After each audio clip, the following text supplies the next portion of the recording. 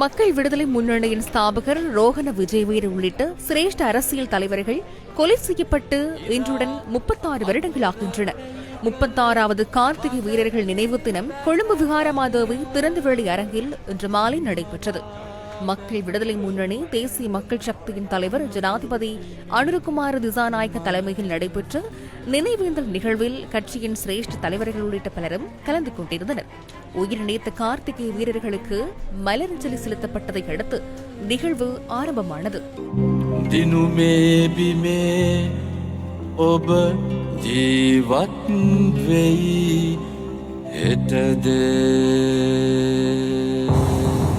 මේ බලය සැබවින්ම මේ රටේ පොදු ජනයා වෙනුවෙන් කියන එක අපි තේරුම් ගත යුතුයි. මේ බලය අත්පත් කර ගැනීම இந்த அதிகாரம் முழுமையாக இந்த நாட்டு மக்களுக்காகவே பயன்படுத்தப்படும் என்பதனை நினைவில் வைத்துக் கொள்ளுங்கள். இந்த அதிகாரத்தை கைப்பற்றிய பாதை மிகவும் இலகுவான பாதை அல்ல.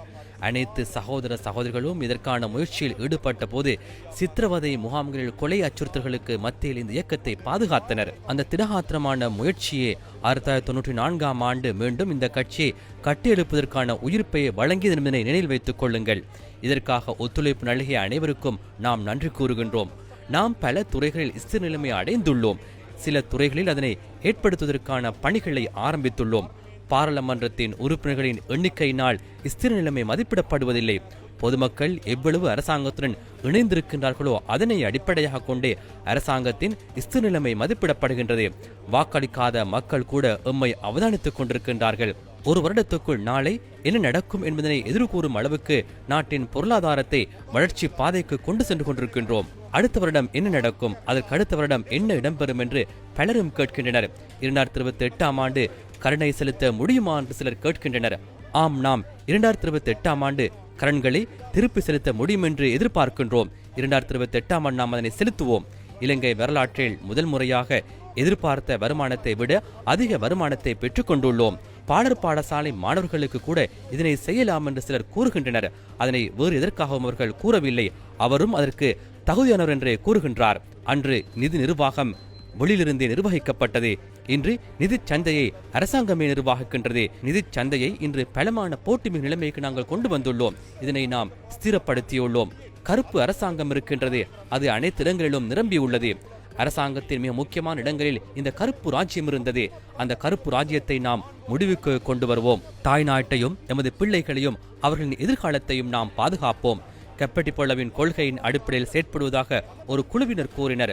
டொன் ஜுவான் தர்மபாலவின் கொள்கையின்படி செயற்படுவதாக மற்றொரு தரப்பினர் கூறினர். தற்போது அந்த இரண்டு அணியினரும் ஒன்றாக செயற்படுகின்றனர். ஒரு பக்கம் அவர்கள் தேசப்பற்றுள்ளவர்கள் என்றும் மற்றையவர்கள் தேச துரோகிகள் என்றும் கூறினர். தற்போது அவர்கள் அனைவரும் ஒன்றிணைந்துள்ளனர்.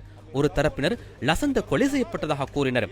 மற்றவர்கள் லசந்தவின் நண்பர்கள் என்று கூறினர். தற்போது லசந்த கொலையாளிகளும் லசந்தவின் நண்பர்களும் ஒன்றிணைய போகின்றனர். இது என்ன அரசியல்? மத்திய வங்கில் பெரும் கொள்ளை இடம்பெற்றதாக ஒரு தரப்பினர் கூறினர்.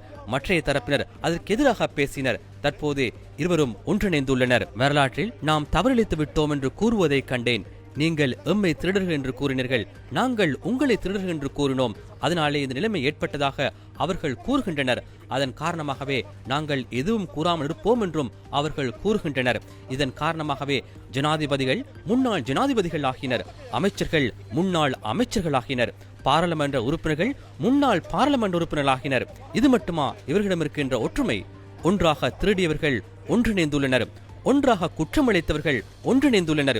இலங்கை வரலாற்றில் முற்போக்கு சிந்தனையோடு மக்களுக்காக முன்னோக்கி பயணிக்கும் ஒரு அரசாங்கம் தற்போது உருவாகியுள்ளது.